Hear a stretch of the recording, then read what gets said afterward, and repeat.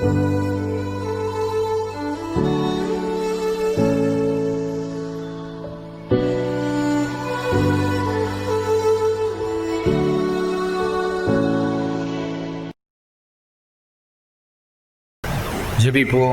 நேற்றும் இன்றும் என்று மாறாத எங்கள் அன்பின் ஆண்டவரே, உம்மை துதிக்கிறோம், ஸ்தோத்திரிக்கிறோம்.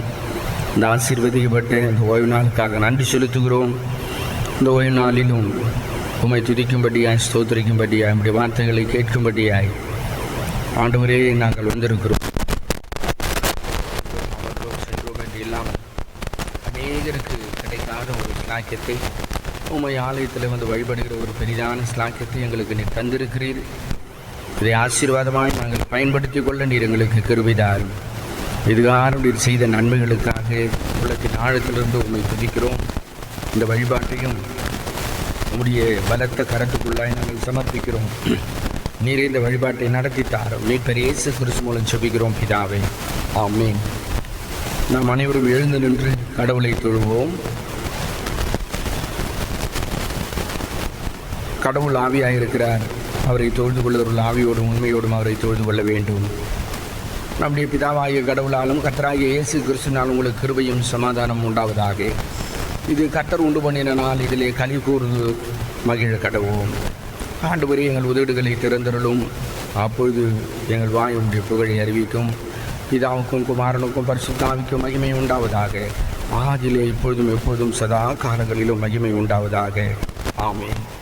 நாம் திரிய கடவுளை போற்றுவோம். எங்கள் தந்தையாம் கடவுளே, உமது வல்லமையாலும் ஞானத்தாலும் எல்லாவற்றையும் படைத்து உமது குமார் ரட்சகராக தரும்படி உலகத்தில் அன்பு கூர்ந்து உம்மை போற்றுகிறோம். குமார் நாம் கடவுளே, பாவத்தை தவிர்த்து எல்லாவற்றிலும் எங்களை போல் மனிதனாகி எங்கள் பாவங்களுக்காக ஒப்பு கொடுக்கப்பட்டு எங்கள் நீதிக்காக உயிர்த்தெழும்பி உம்மை போற்றுகிறோம். பரிசுத்த ஆவியானவராகிய கடவுளே, எல்லா உண்மைகளுக்குள்ளும் எங்களை வழிநடத்தி கடவுளின் அன்பை எங்கள் நெஞ்சில் பொழிகிறவரே உம்மை போற்றுகிறோம். பிதா குமாரன் பரிசுத்த ஆவியாகிய கடவுளே, உமக்கு எல்லா புகழும் மகிமையும் உண்டாவதாக. ஆமீன். பாவ அறிக்கை. நமக்கு பாவம் இல்லை என்போமானால் நம்மை நாமே வஞ்சிக்கிறலாவும் நமக்குள் உண்மை இல்லை. நாம் நமது பாவங்களை அறிக்கையிட்டால் பாவங்களை நமக்கு மன்னித்து எவ்வித நீதி நம்மை சுத்திகரிப்பதற்கு அவர் நம்பத்தக்கரும் நீதியும் உள்ளவர். கடவுள் ராஜ்யம் சமீபித்திருக்கிறது. மனம் திரும்பி சுவிசேஷத்தில் நம்பிக்கை வையுங்கள். நமது பலவீனங்களுக்காக பரிதபிக்க முடியாத பிரதான ஆசிரியர் நமக்கு நாம் எல்லா விதத்திலும் நம்மை போல் சோதிக்கப்பட்டோம். பாவம் இல்லாத பிரதான ஆசிரியர் நமக்கு இருக்கிறார். ஆகையால் நாம் ஒழுங்கார் படிட்டு மௌனமாக நம்மை நாமே சோதித்தறிவோமாக.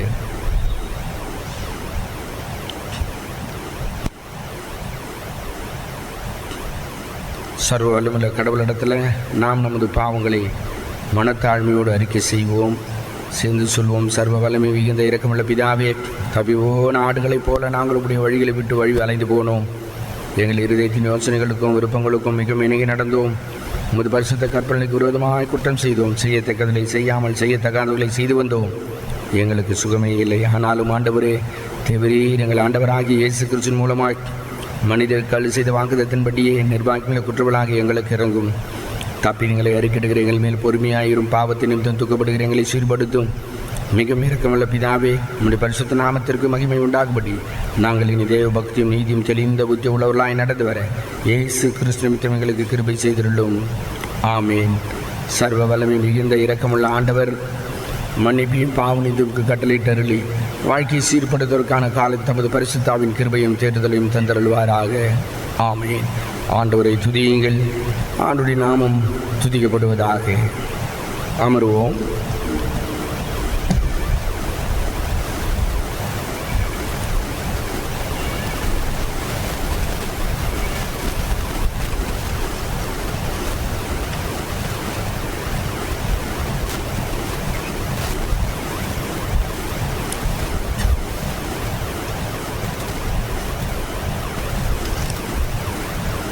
வாசிக்கும்படியாய் கொடுக்கப்பட்டுள்ள இன்றைய நாளினுடைய திருமறை பகுதி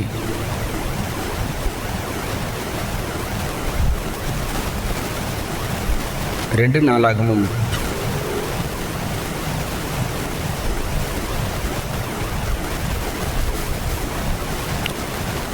34ஆம் அதிகாரம் 2 நாளாகும் 34ஆம் அதிகாரம்.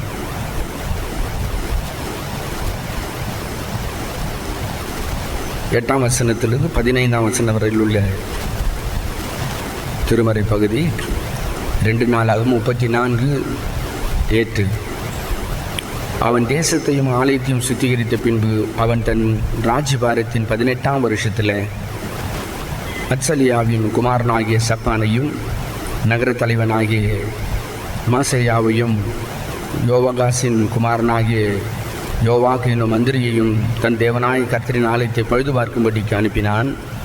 அவர்கள் பிரதான ஆசாரனாகிய இலக்கியாவினிடத்தில் வந்து வாசற்படியை காக்கிற லேவியர் மனாசேயிலும் எப்ராஹிமிலும் இஸ்ரவேலில் மீதியானவர்கள் எல்லாரிலும் கையிலும் யூதா பெஞ்சமின் எங்கும் சேர்ந்து எருசலேமுக்கு திரும்பி தேவனுடைய ஆலயத்திற்கு கொண்டு வந்த பணத்தை ஒப்புவித்து வேலையை செய்விக்கும்படி கர்த்தருடைய ஆலயத்தின் விசாரிப்புக்காரனானவர்களின் கையிலே அதை கொடுத்தார்கள். இவர்கள் அதை கர்த்தருடைய ஆலயத்தை பழுது பார்த்து சீர்படுத்துவதற்கு ஆலயத்தில் வேலை செய்கிறவர்கள் கையிலே கொடுத்தார்கள். அப்படியே யூதாவின் ராஜாக்கள் கொடுத்து போட்ட அறைகளை பழுது பார்க்க வெட்டின கற்களையும் இணைப்புக்கு மரங்களையும் பரவுகிறதற்கு பல வகை பலகைகளையும் வாங்க தச்சருக்கு சிற்பாசிரியர்களுக்கும் அதை கொடுத்தார்கள். இந்த மனுஷர் வேலையை உண்மையாய் செய்தார்கள். வேலையை நடத்த மெராரின் புத்திரரில் யாகாத் ஒபதியா என்னும் லேவியரும் கோகாத்தியரின் புத்திரரில் சகரியாவும் மெசுல்லாமும் அவர்கள் மேல் விசாரிப்புக்காரராக இருந்தார்கள். இந்த லேவியர் எல்லாரும் கீத வாக்கியங்களை வாசிக்க அறிந்தவர்கள். அவர்கள் சுமைக்காரரை விசாரிக்கிறவர்களாயும் பற்பல வேலைகளை செய்கிறவர்கள் எல்லாரையும் கண்காணிக்கிறவர்களாயும் இருந்தார்கள்.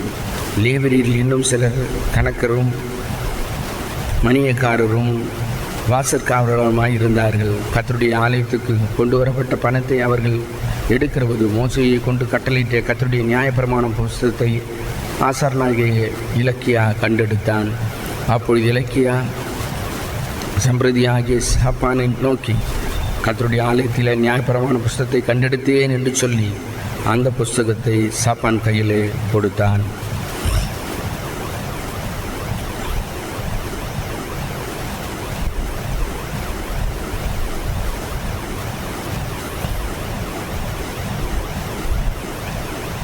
இன்றைய நாளானது திருச்சபைகளிலே ரெஃபர்மேஷன் சண்டே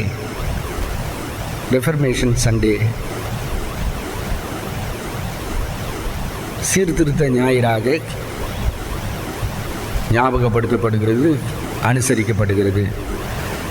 இந்த சீர்திருத்த ஞாயிற்றுக்கிழமையிலும் நம்முடைய தியானத்திற்காக கொடுக்கப்பட்டிருக்கிற தியானத்தினுடைய மையம் செம்பொருள் rediscovering and reliving the faith. Rediscovering and reliving the faith. விசுவாசத்தை பற்றுறுதியை மீண்டும் கண்டறிந்து அதன்படி வாழுதல். விசுவாசத்தை பற்றுறுதியை மீண்டும் கண்டறிந்து அதன்படி வாழுதல். ரெஃபர்மேஷன் சண்டே சீர்திருத்த ஞாயிறு மார்ட்டின் லூத்தர் ரோமன் கத்தோலிக்க திருச்சபையினுடைய போதகராக ஆயராக இருந்தவர் 1517 இதே போன்ற அக்டோபர் மாதம் 31ஆம் தேதி விட்டன்பர்க் தேவாலயத்தில் 95 ஆர்டிக்கல் தன்னுடைய 95 கொள்கை அடங்கிய ஆர்டிக்கலை அந்த விட்டன்பர்க் தேவாலயத்தில் கதவிலே அடித்து தொங்க விட்டு விட்டார்.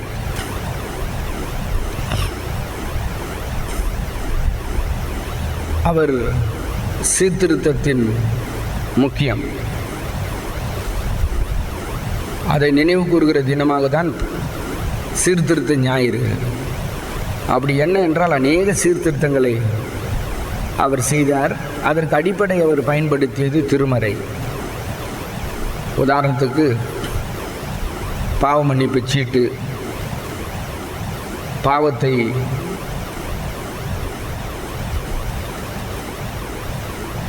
ஆசாரியர்கள் மன்னிப்பது, இதற்கெல்லாம் தவறு என்று சொல்லி பாவத்தை மன்னிக்கின்ற அதிகாரம் கடவுள் ஒருவருக்குத்தான். பாவ மன்னிப்பு சீட்டு வாங்கிவிட்டால் பாவம் மன்னிக்கப்பட முடியாது என்று பல நிலைகளிலே திருச்சபையில் புரியோடி கிடந்த சில தவறுகளை அவர் சுட்டி காட்டினார். அதிலும் அவர் அடிப்படையாய் கையாண்ட 3 முக்கிய 3 important principles, 3 முக்கியமான கொள்கைகள் என்னவென்று சொன்னால், அவர் கையாண்டது மார்ட்டின் லூத்தர், சோலா கிரேஸ், சோலா ஃபெய்த், சோலா ஸ்கிரிப்சர். கிருபை மாத்திரம், விசுவாசம் மாத்திரம், திருமறை மாத்திரம். இதுதான் அவர் பயன்படுத்திய தாரக மந்திரங்கள் என்று சொன்னால் மிகையாகாது. அதனால் ஒரு பெரிய மாற்றம். ஆஃப்கோர்ஸ் இப்படி செய்ததனால் he was persecuted, அவர் அதிகமாய் துன்புறுத்தப்பட்டார். இன்றைய நாம் வாழ்கிற இந்த காலகட்டத்தில் சீர்திருத்தம் தேவையா? Do we need to rediscover and reliving the faith? விசுவாசத்தை, பற்றுறுதியை மீண்டும் கண்டறிந்து அதன்படி வாழ வேண்டுமா என்ற கேள்வியை எழுப்பினால் நாம் என்ன பதில் சொல்லுவோம்? நாம் வாழ்கிற இந்த காலகட்டத்தில் நாம் எல்லாரும் பார்க்க முடியும், there is a spiritual laxity, ஆவிக்குரிய வாழ்க்கையில் ஒரு பின்னடைவு. அதற்கு அடிப்படை விசுவாச வாழ்க்கையில் பின்னடைவு. எல்லாம் சடங்கு, சம்பிரதாயம், ஓய்வு நாள், இதோடு நின்று போகின்ற நிகழ்வுகள். கிறிஸ்தவ வாழ்வுக்கும் பக்தி வாழ்வுக்கும் ஒரு பெரிதான வித்தியாசம் இல்லாத ஒரு சூழ்நிலைகள், அது பெருகி கொண்டு வருகிற ஒரு சூழ்நிலை. ஏன் திருமறையில் கூட அநேக மாற்றங்கள். இது வேதத்தில் சொல்லப்பட்ட வார்த்தை தானா, சொல்லப்படாத வார்த்தைகளா என்ற தர்க்கங்கள். அப்படி இருக்கிற பொழுது இன்றைய நாளில்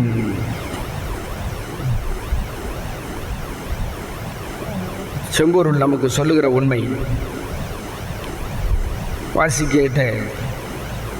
பழைய ஏற்பாட்டின் திருமறை பகுதி மற்றும் புதிய ஏற்பாட்டில் 2 திருமறை பகுதிகளின் அடிப்படையில் கடவுள் நமக்கு என்ன சொல்ல விரும்புகிறார் என்பதை சிந்திப்போம். முதலாவதாக 2 நாளாகமும் 34ஆம் அதிகாரம் சுருக்கமாய் நான் வாசித்தேன். ஆனால் 8 to 21 வசனங்கள், அந்த வசனங்களை வாசிக்கிற பொழுது தேசத்திலே சீர்திருத்தம், ரிவைவல் இன் த நேஷன். தேசத்தில், எந்த தேசம் என்று சொன்னால் யூதா தேசம். அப்படி என்ன நடந்தது என்றால் 25ஆம் வசனத்தை, 34ஆம் அதிகாரம் 25ஆம் வசனத்தை வாசிக்கிற பொழுது, அவர்கள் என்னை விட்டு தங்கள் கைகளின் கிரியைகள் எல்லாவற்றிலும் எனக்கு கோபம் உண்டாக்க வேறே தேவர்களுக்கு தூபம் காட்டினபடியினால் என் உக்கிரகம் அவிழ்ந்து போகாதபடி இந்த ஸ்தலத்தின் மேல் இறங்கும் என்று கர்த்தர் உரைக்கிறார். யூதா தேசத்தில் அந்த இஸ்ரவேல் மக்கள் கடவுளை விட்டு தூரம் போய்விட்டார்கள். சுருக்கமாய் சொல்ல வேண்டும் என்றால் கடவுளை மறந்து விட்டார்கள். எல்லாம் செய்கிறார்கள், சடங்கு, ஓய்வு நாள் ஆசரிப்பு, மற்ற பண்டிகைகள் அதனோடு கூட சேர்ந்து அவருடைய இருதயம் இறைவனை விட்டு தூரமாய் போய்விட்டது. புற இனத்தவர்கள் போல அவர்களும் விக்கிரக தோப்புகளை உண்டு பண்ணி, விக்கிரகங்களை உண்டு பண்ணி, பலிப்பீடங்களை கட்டி விக்கிரகங்களையும் வணங்க, விக்கிரக வணக்கத்தில் இறங்கிவிட்டார்கள். அதை தான் ஆண்டவர் அழகாய் சொல்லி, என்னை விட்டு தங்கள் கைகளின் கிரிகள் எல்லாவற்றிலும் செய்கிற எல்லா வேலைகளிலும் கூட இஸ்ரவேல் மக்களுடைய வாழ்க்கையில் எதை செய்தாலும் கடவுளுக்காக செய்ய வேண்டும். ஆகவே தான் காணிக்கை படைப்பது கூட, ஒருவேளை எதுவாக இருந்தால் ஆடு மாடோ இல்லை நிலத்தின் பலனோ இருந்தால் கூட முதல் இறைவனுக்கு, ஏனெல்லாம் முதல் கறி இட் பிலாங்ஸ் டு காட். ஏன்னா கடவுளை மறக்கக்கூடாது. உன் தேவனாய கர்த்தர் ஒருவரே, அவரிடத்தில் நீ எப்படி இருக்க வேண்டும், எந்த விதத்தில் வாழ வேண்டும், சக மனிதனை எப்படி நேசிக்க வேண்டும் என்ற அந்த 10 கற்பனைகள், நியாயப்பிரமாணத்திற்கு 10 கற்பனைகள், இவையிலெல்லாம் படிக்கிறார்கள். நான் அதன்படி நடக்கவில்லை. அப்பொழுதுதான் கடவுள் இந்த வார்த்தைகளை சொல்கிறார். அது யாருடைய காலத்தில் என்று சொன்னால் 32 நாளாகும் 34ஆம் அதிகாரம் 1ஆம் வசனத்தின்படி யோசியா என்று சொல்லப்படுகிற ராஜாவின் காலத்தில். அந்த யோசியா குறித்து வாசித்தீர்கள் என்றால் 2 நாளாகும் 34ஆம் அதிகாரம் 1ஆம் வசனத்தில் he was very young. 8 வயசுல ராஜாவாகிறாங்க. காரணம் என்னன்னா, அவனுடைய தகப்பன் ஆமோன் அவங்க ரொம்ப அக்கிரமக்காரனாக இருந்ததில் ஜனங்களே அவனை கொண்டு போட்டுடுறாங்க. அவனுடைய பாட்டன் அவனும் மனாசே, அவனும் பயங்கர பொல்லாதவன். அவன் தான் அதிகமாக விக்கிரக வணக்கங்களை இவைகளை எல்லாம் கொண்டு வந்து சேர்த்தவன். ஸோ யோசியாவை எடுத்துக்கொண்டால் அவனுடைய தகப்பனுடைய தகப்பன் எல்லாரும் விக்கெட் கிங்ஸ்.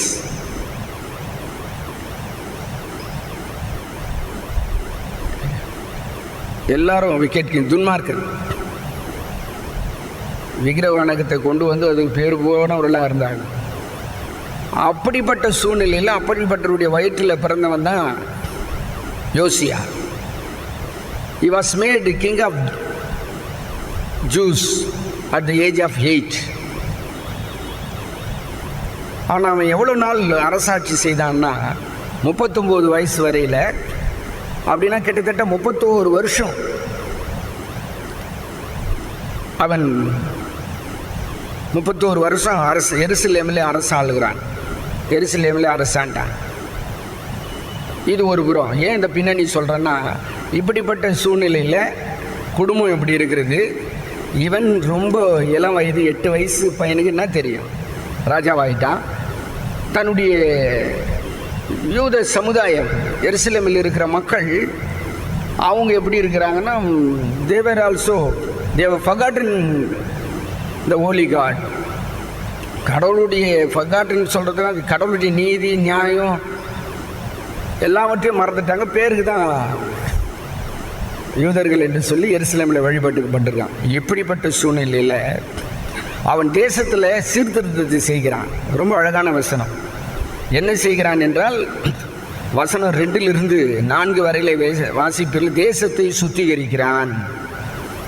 அவனுக்கு கடவுள் மேலே பயம் வந்துடுது.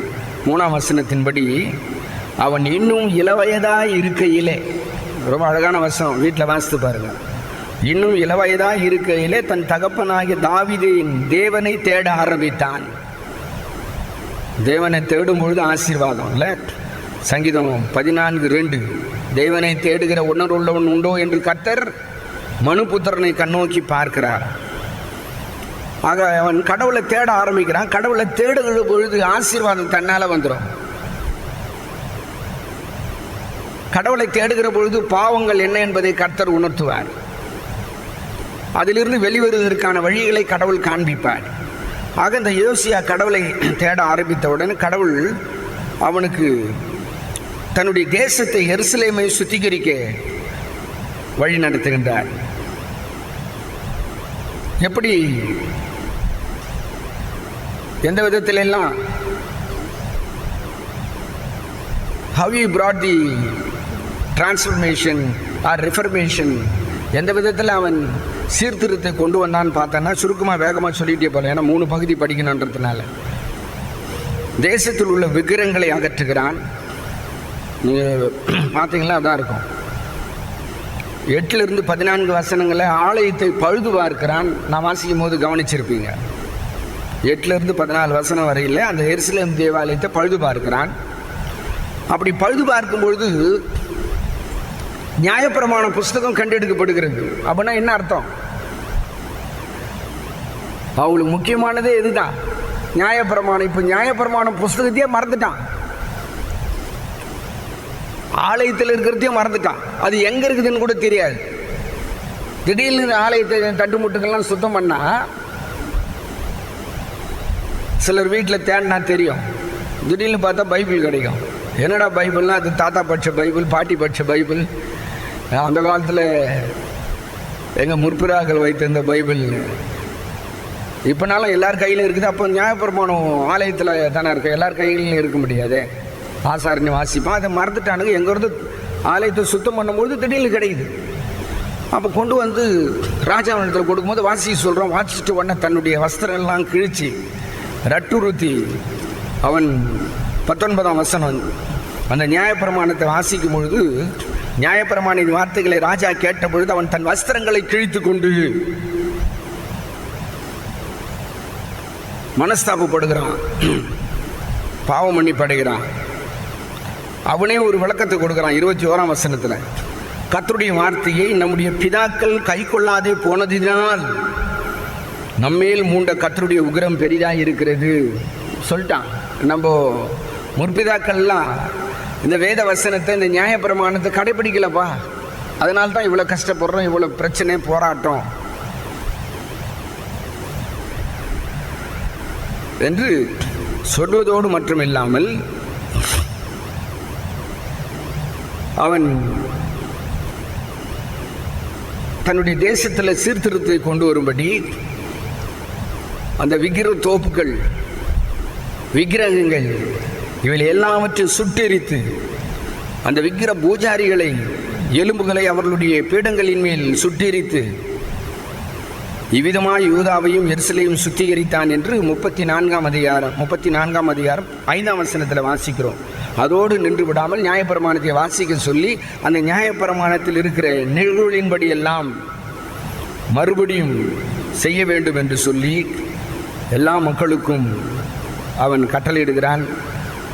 அங்கு நியாயப்பிரமாணத்தின்படி, வார்த்தையின்படி செய்கிற சூழ்நிலை வருகிறது. அப்பொழுதுதான் 27ஆம் வசனத்தை வாசிக்கிறேன் பாருங்க. இந்த ஸ்தலத்திற்கும் அதன் குடிகளுக்கும் விரோதமாய் தேவன் சொன்னதை அவருடைய வார்த்தைகளை நீ கேட்கையில், அந்த நியாயப்பிரமாண புஸ்தகம் வார்த்தையை கேட்கையில் உன் இருதயம் இலகி எனக்கு முன்பாக நீ உன்னை தாழ்த்தி எனக்கு முன்பாக பணிந்து உன் வஸ்திரங்களை கிழித்து கொண்டு எனக்கு முன்பாக அழுதபடினால் நானும் உன் விண்ணப்பத்தை கேட்டேன் என்று கடவுள் அந்த நியாயப்பிரமாணத்தின்படி அங்கு தேசத்தில் சீர்திருத்தத்தை செய்த யோசியாவுக்கு கர்த்தர் சொல்கிறார், நானும் உன் விண்ணப்பத்தை கேட்டேன். தேசத்தில் இவ்விதமாய் யோசியா ராஜா அந்த எருசலேமில் அந்த யூதா பட்டணத்தில் சீர்திருத்தத்தை கொண்டு வருகிறான். அடுத்து ரெஃபர்மேஷன் இந்த சர்ச் வெளிப்படுத்தின விசேஷம் இன்றைய நாளின் நிருப பகுதி 2ஆம் அதிகாரம் 1 to 7 எல்லாருக்கும் பழக்கப்பட்டு போன ஒரு வசனம். 4ஆம் வசனம், ஆதியிலே கொண்டிருந்த அன்பை விட்டாய் என்று உன் பேரிலே குறை உண்டு. இப்போ எபேசு சபையிலே சீர்திருத்தம் என்று சொல்கிற பொழுது 7 சபைகளில், ஆசியா மைனர்களுக்கு 7 சபைகளில் முதலாவது குறிக்கப்படுகிற சபை எபேசு சபை. அந்த எபேசு சபைக்கு செய்தியை கொடுக்கிறவர் யார் என்றால் திருச்சபை மத்தியில் உலாவுகிறவர். எங்கேயோ இருந்து கொடுக்கல, சபையில் இருந்துன்னு கொடுக்கிறார் தேவனாகிய கடவுள். அதுதான் அந்த முதலாம் வசனம், எபேசு சபையின் தூதனுக்கு நீ எழுத வேண்டியது என்னவென்றால், 7 நட்சத்திரங்களை தமது வலது கரத்தில் ஏந்தி கொண்டு 7 பொன் குத்துவுகளின் மத்தியிலே உலாவி கொண்டு இருக்கிறவர் சொல்கிறதாவது, கர்த்தர் சொல்கிறதாவது. How beautiful! காலை வேளையில் எவ்வளோ சந்தோஷம் இல்லை? இதெல்லாம் ஆண்டவர் நம்மோடு எப்படி பேசுவார்னா, நேராக வந்து காதில் வந்து இன்னும் தட்டி எழுப்பி இல்லைன்னா சாமியோட பேசினார் அப்படின்னு அப்படி ஒரு சிலருக்கு இருக்கலாம். ஆனால் எல்லாரும் அப்படி இல்லை. இந்த வேத வசனங்களை படிக்கிற பொழுது, கேட்கிற பொழுது கர்த்தர் நம்மோடு பேசுவார். அதான் அப்போ ஆண்டவரே சொல்கிறார், கர்த்தர் சொல்லுகிறதாவது. சபையில் எங்கேயோ இருந்துக்கல, சபையில் இருந்துக்கல, இப்போ நம்ம மத்தியில் ஆண்டவர் இருக்கிறார். அப்போ என்ன சொல்கிறாருன்னா, அது எபேசு சபைக்கு சொல்கிறார். அது எல்லாருக்கும் சொல்கிற மாதிரி. அந்த எபேசு சபையை எடுத்துக்கினா 2 முக்கியமான காரியங்கள் அங்கு அது முக்கியத்துவம் பெற்றது. ஒன்று, for it's trade and it's religious things. அதாவது வியாபாரத்துக்கும் மத சடங்கு காரியங்களுக்கும் அது பேர் போன இடம். அது சொன்ன நேரம் போதாது. அதே வழியில் 2 பேரும் ஞாபகத்துக்கு வைக்கணும். எபேசுன்னு ஒன்று அப்போஸ்தலனாகிய பவுல், மற்றொன்று அப்போஸ்தலனாகிய யோவான். இந்த எபேசு சபையிலே தான் அப்போஸ்தலனாகிய யோவானுடைய பிற்காலத்தில் ஓமாக அது மாறி போனது, வீடாக மாறி போனது. காரணம் என்னன்னா, இயேசுவானவர் சிலுவையில் மரிக்கிற பொழுது 3ஆம் வார்த்தையில் தன்னுடைய தாயை மரியாளை அன்பு சீஷன் யோவானிடத்தில் ஒப்புவிக்கிறார். பிற்காலத்தில் இந்த யோவான் வரலாற்று உண்மையில் சொல்கிறது, இந்த எபேசு பட்டணத்தில் தான் மரியாளோடு தாயாய் அவரை பார்த்து கொண்டு அங்கு வாசம் செய்தார் என்று. அதற்கு அடுத்து அப்போஸ்தலனாகிய பவுலை எடுத்துக்கொண்டால், அவர் தன்னுடைய மிஷனரி பயணத்தில் இந்த எபேசு பட்டணத்தில் அவர் தங்கியிருந்து திருப்பணி செய்திருக்கிறார். கிட்டத்தட்ட 2.5 வருஷம் 3 வருஷம் அங்கே இருந்தார்னு சொல்கிறாங்க. அதற்கு விளக்கம் அப்போஸ்தலர் நடவடிக்கைகளின் புத்தகம் 18ஆம் அதிகாரம், அப்போஸ்தலர் நடவடிக்கைகள் 19ஆம் அதிகாரத்தில் நீங்கள் வீட்டில் வாசித்து பார்த்தீங்கன்னா, அங்கே நடைபெறுகிற அற்புதங்கள் இதெல்லாம் எங்கே நடக்குதுன்னா எபேசு பட்டணத்தில். ஸோ இதனுடைய பின்னணி, அந்த சபையை கடவுள் பார்க்கிற பொழுது இன்னும் ஆழமாக வாசித்தோம்னா, அன்புக்கு பேர் போன ஒரு சபை. ஏன் அன்புக்கு பேர் போனதுன்னா, இந்த எபேசு சபையில் மற்றொரு மிக முக்கியமான ஒன்று, அப்போஸ்தலனாகிய பவுல் எபேசருக்கு எழுதுகிற கடிதம். தனியாக அந்த சபைக்குன்னு ஒரு கடிதத்தை எழுதியிருக்கிறார் இல்லை? எபேசு the epistle of Ephesians written by Paul. அப்போது எபேசு நிருபத்தில் அதை எழுதுகிறார். அது எபேசு பட்டணத்தில் இருக்கிறவங்களுக்கு. இது அன்பில் நிறைந்த ஒரு சபை, அன்புக்கு பேர் போன ஒரு சபை. அதனால்தான் இயேசுவின் சீடன் யோவான் யாரு? அவருடைய மார்பிலை சாய்ந்து கொண்டது இயேசுவுக்கு அன்பான சீசன். அந்த அன்பான சீசனே எபேசு பட்டணத்தில் தான் இயேசுவின் தாயோட மரியாளை பாதுகாத்து அவர் வாழ்ந்து வருகின்றார். அப்படிப்பட்ட ஒரு இடம். அப்போ அன்புக்கு நம்ம வேற விளக்கம் சொல்ல வேண்டியதே இல்லை. ஆனால் கடவுள் அதை பார்க்கிற பொழுது அதை குறித்து, அந்த எபேசு சபையை குறித்து சொல்லுகிற பொழுது, முதலாவது 2ஆம் வசனத்திலிருந்து 3ஆம் வசனம் வரையில் என்ன அழகாக சொல்கிறார். ஐ நோ யூ, நான் உன்னை அறிந்திருக்கிறேன். எதை அறிந்திருக்கிறான்னா, நல்ல காரியம் 2ஆம் வசனம், 3ஆம் வசனம். 4ஆம் வசனத்தில் கெட்ட காரியம், குட் அண்ட் பேட் ரெண்டுத்தையும். ஏன்னா கடவுள் மனுஷன் முகத்தை மட்டும் பார்க்குறான், வெளி தோற்றத்தை பார்க்குறான். தேவனாய் கடவுள் இருதயங்களை காணுகிறவன். ஆக ஒரு மனுஷனை பார்க்கும்பொழுது அவனில் இருக்கிற நல்ல குணம் கெட்ட குணம் எல்லாத்தையும் பார்த்துடுறவர்.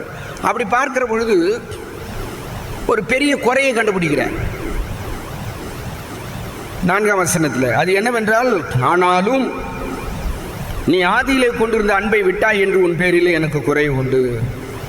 அன்புக்கு பேர் போன சபை, அன்பான சீசன் இருந்த சபை, அப்போஸ்தலனாகிய பவுலாலும் போதனை பண்ணப்பட்ட சபை, அதற்கென்று நிருபங்கள் எழுதப்பட்டிருக்கிறது.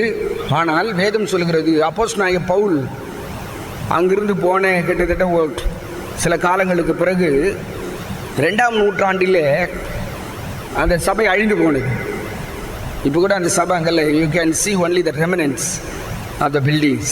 அங்கே போனால் ஏஷியா மைனரில் இப்போது துருக்கி பகுதியில் அது இருக்கிறது அவைகள் எல்லாம்.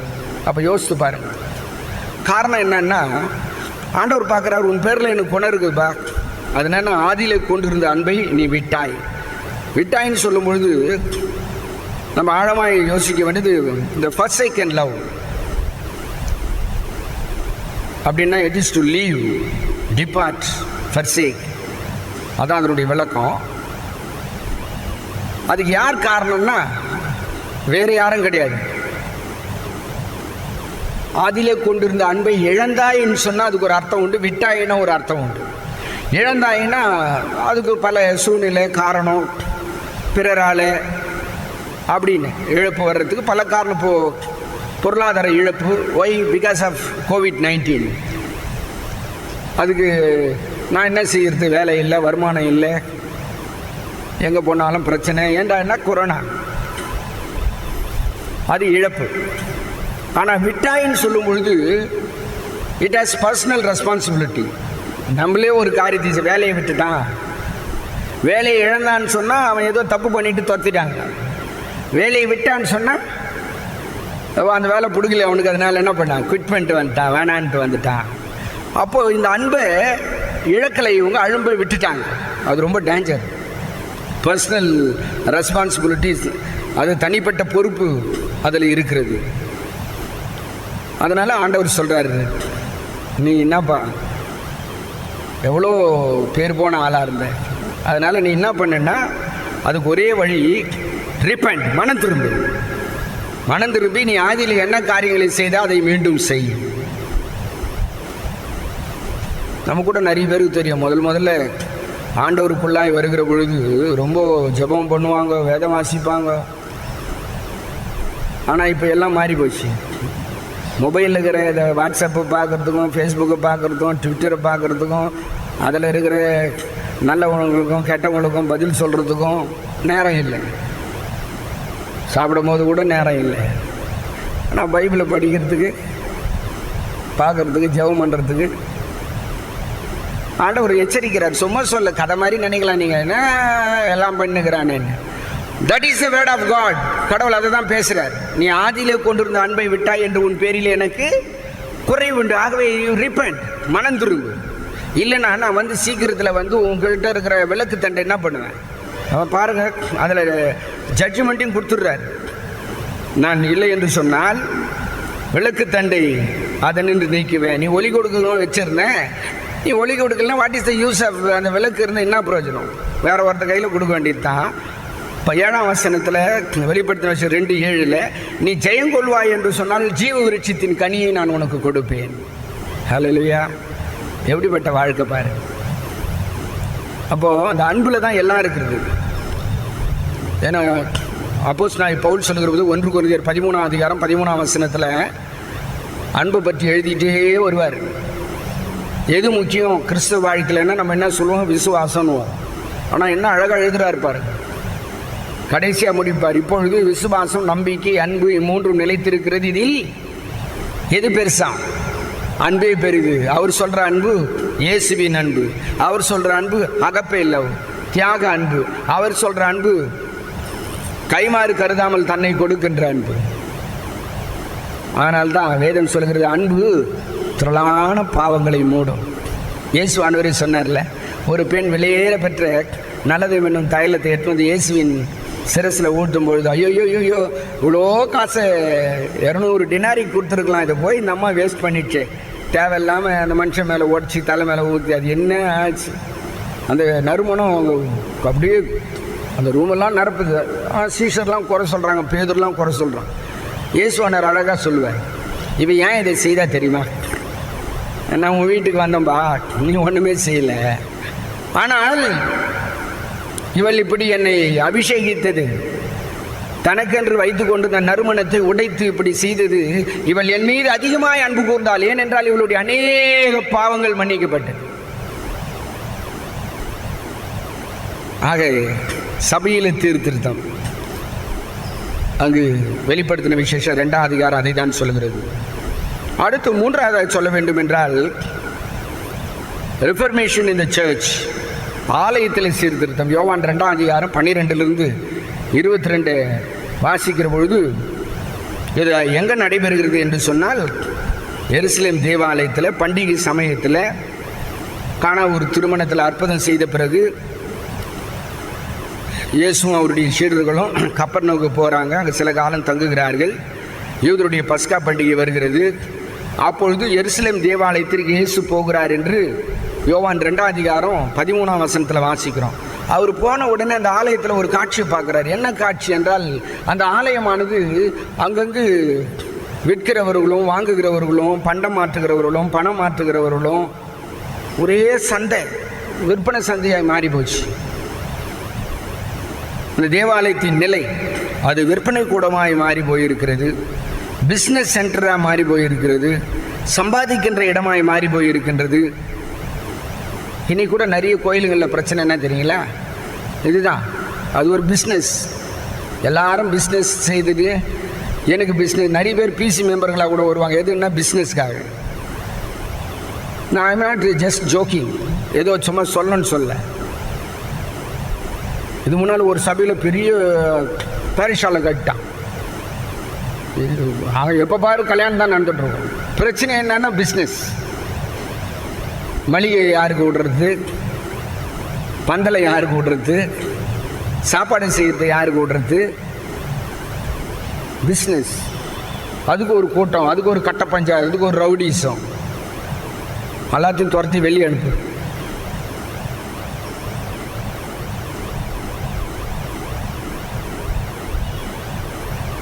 எத்தனை பிரச்சனை. ஐ ஸ்டுட் சொன்னால் அதை ஆச்சரியப்படுங்க. கேஸ், ஒரு கேஸும் ஒன்றும் பண்ணல. ஏன்னா ஆண்டவர் இருக்கிறார்ல. ஜஸ்ட் இமேஜின், இன்னைக்கு நீங்கள் எங்கேனாலும் போங்க, த சர்ச்சஸ் ஒய் ஏன் அது கெட்டு போச்சுன்னா, it has become commercial centre. எதை எடுத்தாலும் ஒரு ஆதாயம் இருக்குதா பின்னாலன்னு பார்க்குறான். பெஞ்சு தள்ளனா கூட அதுக்கு, நான் அந்த பெஞ்சு தள்ளனா அதுக்கு என்ன எனக்கு ஆதாயம்? இட் இஸ் நாட் ஏ சர்வீஸாக நினைக்கிறது இல்லை.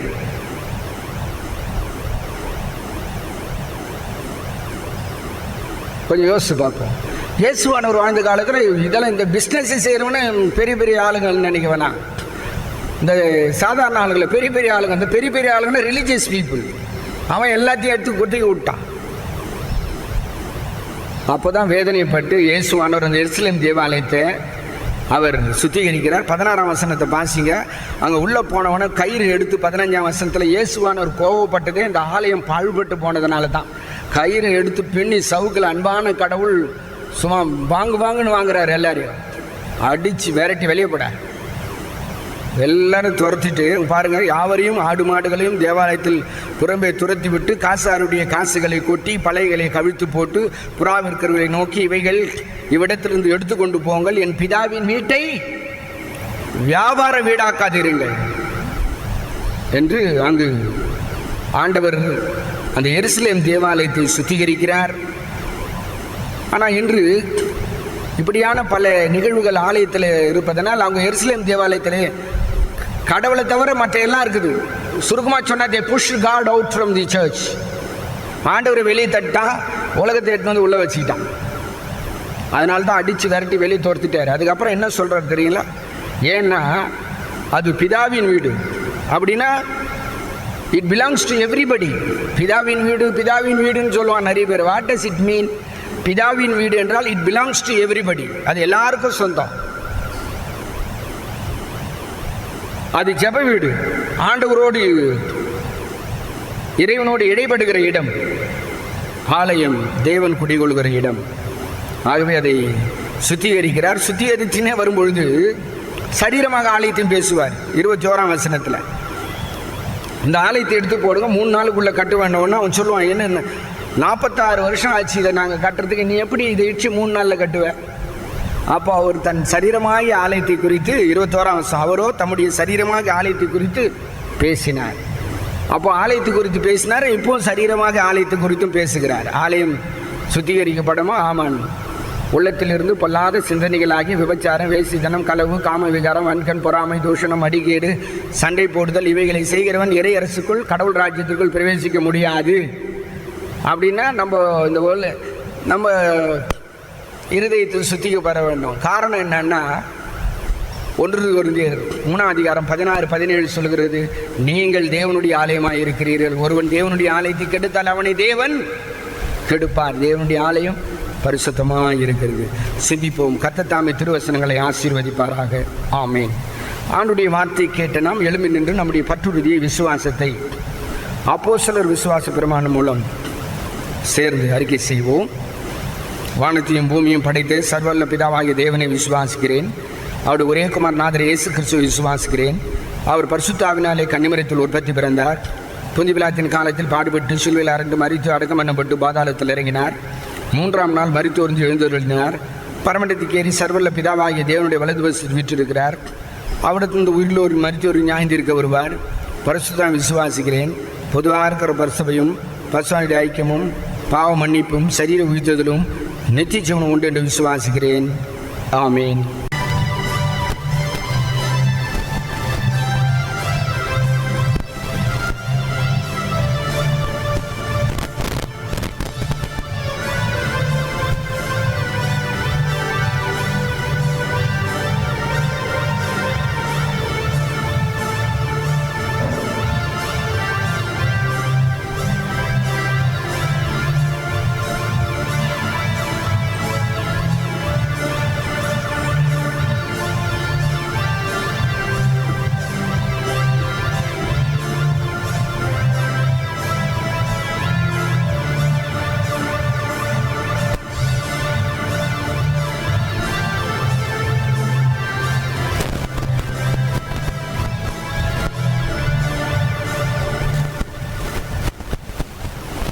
செபிப்போம். நேசிக்கிற எங்கள் அன்பின் ஆண்டவரே, உம்மை நாங்கள் வாழ்த்துகிறோம், வணங்குகிறோம். எங்களோடு கூட பேசிய வார்த்தைகளுக்காக நாங்கள் நன்றி செலுத்துகிறோம். இந்த காலை வேளையிலும் இந்த சீர்திருத்த ஞாயிற்றுக்கிழமையிலும் உம்முடைய பிள்ளைகள் அநேகர் தனி மனிதர்களாக இருந்து சமுதாயத்தில்,